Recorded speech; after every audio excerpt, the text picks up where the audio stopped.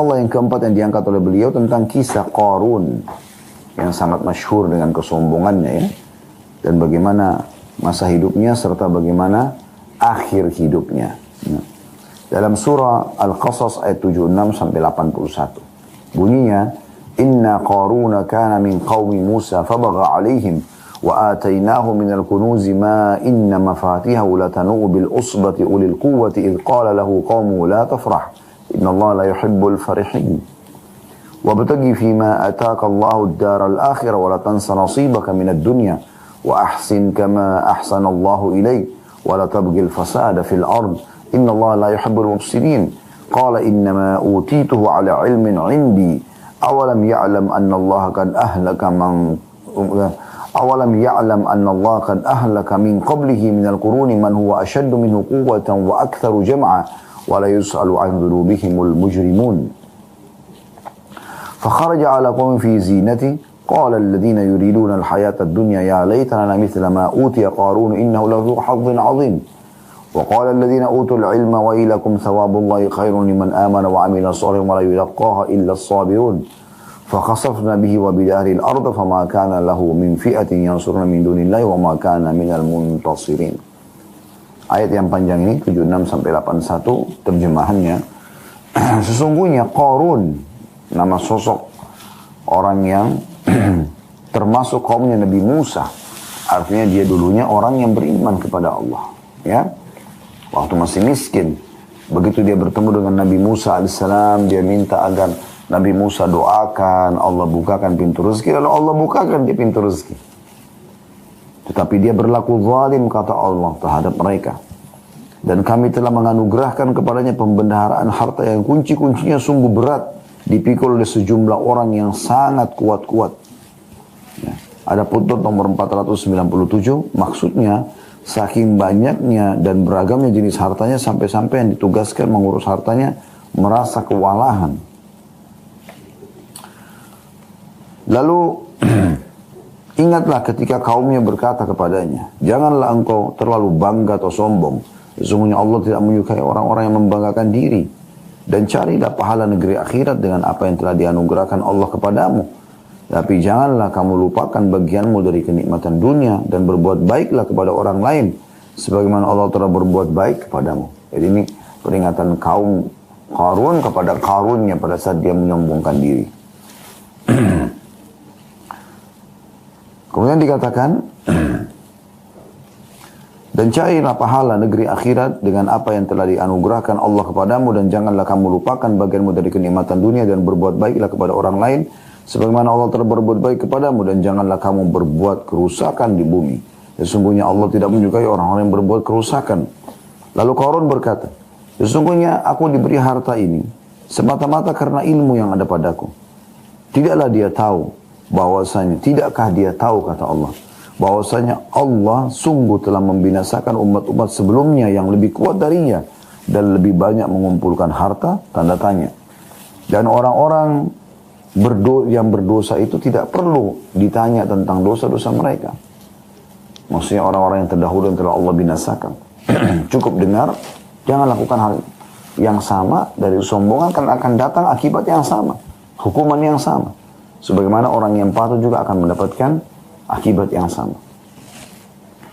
Maka keluarlah Qarun pada saat itu kepada kaumnya dengan kemegahannya. Orang-orang yang menginginkan kehidupan dunia berkata, mudah-mudahan kita mempunyai harta kekayaan seperti apa yang telah diberikan kepada Qarun. Sungguh dia benar-benar mempunyai keberuntungan yang besar. Tapi orang-orang yang dianugerahi ilmu berkata, celakalah kalian. Ketahuilah pahala Allah lebih baik bagi orang-orang yang beriman dan beramal saleh. Dan tidak diperoleh pahala itu kecuali oleh orang-orang yang sabar.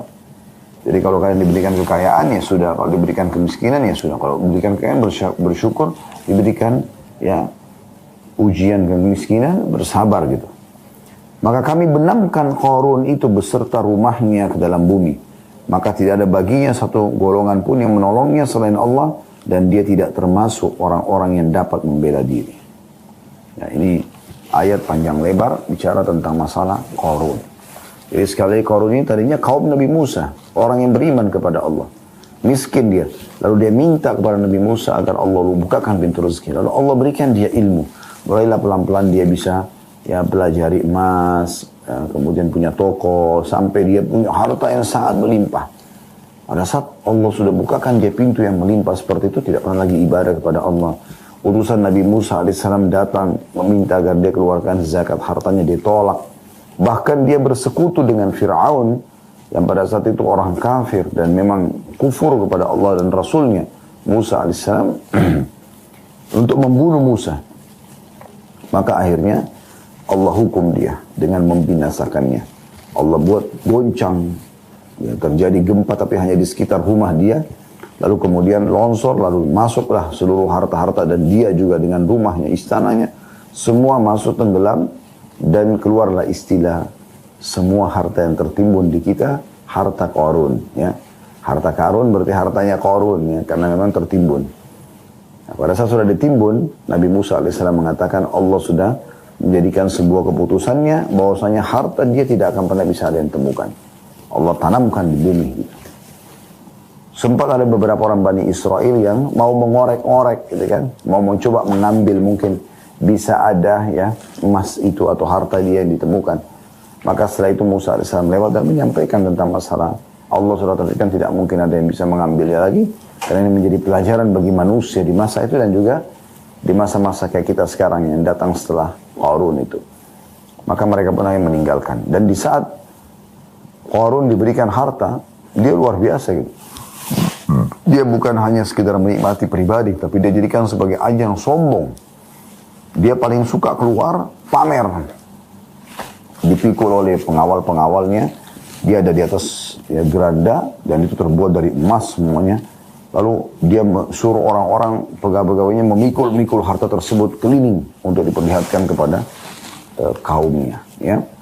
Akhirnya terjadilah pada saat itu dua kelompok ya dari Bani Israel yang beriman kepada Nabi Musa AS. Yang satu berharap agar bisa seperti Qarun. Bisa seperti Qarun. Namun, ya diingatkan oleh kelompok yang kedua, yaitu orang-orang beriman, mengatakan jangan berharap seperti dia. Ya. Balasan di sisi Allah lebih banyak, lebih besar. Tidak usah khawatir. Nah pada saat Allah SWT tenggelamkan dia, maka orang-orang yang tadinya berharap seperti Qarun pun mengatakan, ya, syukur kita tidak seperti dia gitu ya.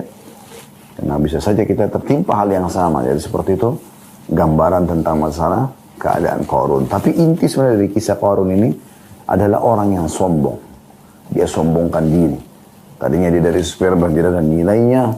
Kemudian Allah pilih dia dari sekian miliar tetesan sperma itu, ya, komponen sperma itu. Dia yang lolos menjadi manusia.